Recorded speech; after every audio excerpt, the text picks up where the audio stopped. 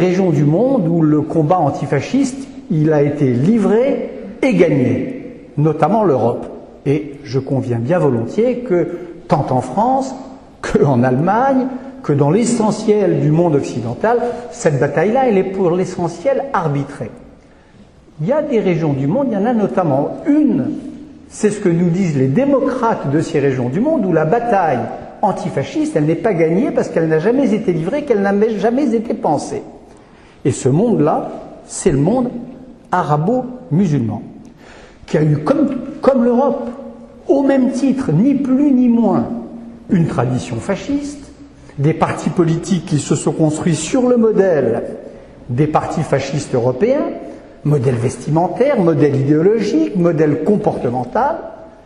Et cette question-là a été si peu pensée qu'il se trouve aujourd'hui des mouvements politiques, par exemple le Hamas, par exemple le Hezbollah, et c'est l'honneur de Lionel Jospin que d'avoir levé le lièvre et mis le doigt sur la plaie. C'est le cas des frères musulmans dont Tariq Ramadan est un des épigones et non le moindre, qui continuent de se réclamer ouvertement de ce fascisme historique. Alors, les années 30, bien sûr qu'il ne faut pas y revenir obsessionnellement quand on est dans le débat français ou quand on est dans le débat allemand. Enfin, il n'y a pas que l'Europe. Il y a le reste du monde, et je dis qu'il y a toute une partie de la gauche qui a cessé, qui s'est rendue sourde, qui est devenue incapable de reconnaître, qui n'a plus les instruments, encore une fois, qui est perdue, égarée au sens propre, incapable de reconnaître le fascisme quand il se présente, par exemple, sous le visage du Hamas, du Hezbollah ou des frères musulmans. Et là encore, c'est pas faire de la polémique politique, c'est un fait que les frères musulmans ont été fondés dans un climat, qu'ils ont poursuivi leur histoire dans une temporalité et qu'ils sont aujourd'hui à un point de leur histoire qui fait que, objectivement, ils sont les héritiers de cette affaire-là. Et je crois que c'est rendre un grand service à la vérité et surtout un grand service aux démocrates des pays en question.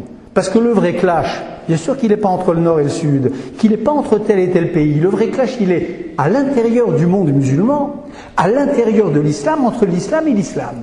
C'est-à-dire entre les héritiers des frères musulmans et du fascisme, et puis les démocrates qui ne sont pas tous à Londres et à Paris, qui sont au Caire, qui sont à Rabat, qui sont au Pakistan, qui sont en Afghanistan, le monde musulman en général, et qui ne veulent plus du fascisme et qui entendent bien que nous perdions le monopole du grand récit, si ce monopole voulait dire colonisation, naturellement, ça aussi c'est fini. Mais qui aimerait bien qu'on en regarde un bout de monopole du grand récit, si le grand récit ça veut dire le récit de la démocratie, de la tolérance et de l'antifascisme. Bref, il y a une gauche aujourd'hui qui a fait son deuil d'elle-même, qui a fait son deuil de ses valeurs et qui entretient donc des liaisons dangereuses, c'est ça que vous dites ce soir, cher Laurent Azoulay, avec l'autre famille politique qui s'appelle, pour aller très vite, la droite. En mai 68, on a peut-être dit des bêtises, mais on n'a jamais fait le procès du libéralisme comme tel. Jamais. On n'a jamais pris le risque de jeter ce bébé-là avec l'eau de ce bain-là. Voilà. Puis un troisième exemple, qui pour moi est très symptomatique de cet investissement, au sens althussaire du mot, de cet investissement de notre famille, la gauche, par la pensée de droite la plus crapoteuse, c'est la question de l'anti-américanisme. Parce qu'attendez, l'anti-américanisme, il faut être quand même sérieux, 3 secondes. 1, c'est une tradition qui n'appartient pas au patrimoine idéologique de la gauche, et 2, c'est un mode, c'est une rhétorique et un mode de pensée qui appartient à la tradition de l'extrême droite française et européenne. Il n'appartient pas à la tradition de la gauche. Vous savez comme moi, et si vous ne le savez pas, je vous le rappelle, que les plus radicaux des politiques de l'extrême gauche européenne, Trotsky, qui était un grand admirateur de l'Amérique, Boukharine, qui était partisan de marier les soviets et l'Amérique, Lénine, Marx et Engels, qui ont écrit pendant la guerre de sécession une série d'articles dans le New York Daily Standard sur l'Amérique, qu'ils voyaient comme la patrie des travailleurs, comme le lieu même où l'esprit nouveau soufflait. jusqu'à une date très récente, rien dans l'Amérique ne l'a destiné à être l'épouvantail de la gauche européenne. Et à l'inverse, les idées ont leur inertie, ont leur histoire, ont leur pesanteur, ont leur gluance. À l'inverse, l'anti-américanisme, on ne va pas faire ici le détail à un cours d'histoire des idées, mais vous le savez, je pense, ça aussi bien que moi, l'anti-américanisme dans l'Allemagne du romantisme et de Heidegger, dans la France de Drieux-La Rochelle, de Brasillac et du premier fondateur d'un parti fasciste français, Georges Valois. L'anti-américanisme, c'est le cœur même de la pensée fasciste européenne. Vous avez relisé le journal de Drieux-La Rochelle, le journal de 43, 44, il dit à longueur de page, j'ai fait une erreur de parcours absurde, idiote, c'était l'Amérique l'ennemi absolu, c'était l'Amérique l'ennemi intérieur, il y avait une Amérique intérieure qui était le visage même du démon et c'était pas la Russie, quelle erreur. Alors la façon dont la gauche d'aujourd'hui tourne le dos à cette Amérique qui l'a accompagné dans toute son histoire, et je ne vous parle pas de Jaurès, et je ne vous parle pas de Léon Blum, tourne le dos à cette américanophilie qui fait corps avec son histoire, et avec laquelle peut-être la réconciliera Barack Obama, en tout cas c'est le vœu que je forme, pour remettre ses pieds dans les traces de cette américanophobie inventée par Martin Heidegger et inventée par les fascistes français. Là encore, il y a une manière d'infidélité à soi, une manière de palinodie conceptuelle, une manière de renoncement qui me semble être au cœur même du désastre de la gauche aujourd'hui.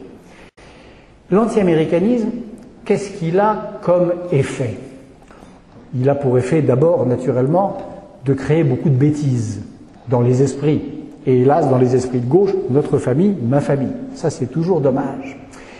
Mais il a pour effet aussi de créer un terrible aveuglement. Car moi, il y a une chose que j'ai découverte et dont j'ai fait l'expérience, avec beaucoup de chagrin et de tristesse, à plusieurs moments de ma vie.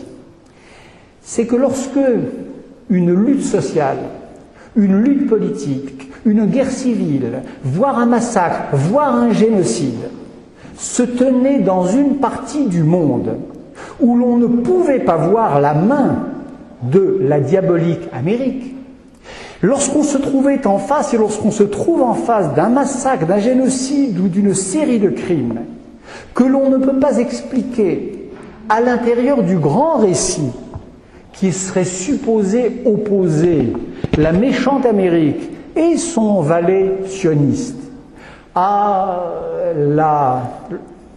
l'international dont en effet le tableau a été brossé peu ou prou par les uns et par les autres, et je souscris assez à ça. Cette internationale sourde, parfois sans mots, Ahmadinejad, Venezuela, Hamas, Hezbollah, etc. Quand un conflit ne peut pas se résoudre à cette opposition-là, lorsqu'il n'est pas lisible dans ce cadre-là, alors il n'est pas lisible du tout, il n'intéresse personne, et n'intéressant personne, il n'a plus qu'une existence de second ordre. Le grand crime de l'anti-américanisme, c'est pas seulement de déchaîner un antisionisme enragé, Israël est fort et a la force de se défendre.